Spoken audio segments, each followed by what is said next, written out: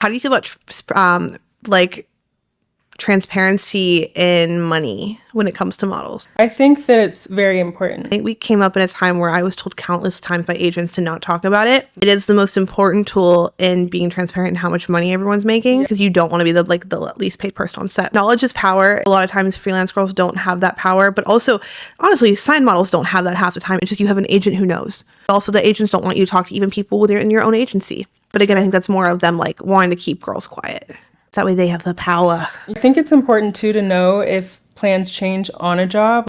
And also though, I think it's really hard maintaining boundaries in this job.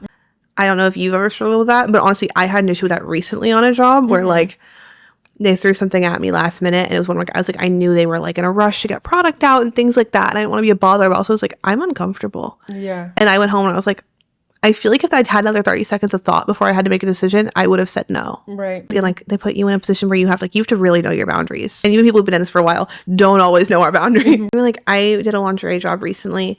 And the product, I'd worked with them before. The product had always been one thing that I was like cool with.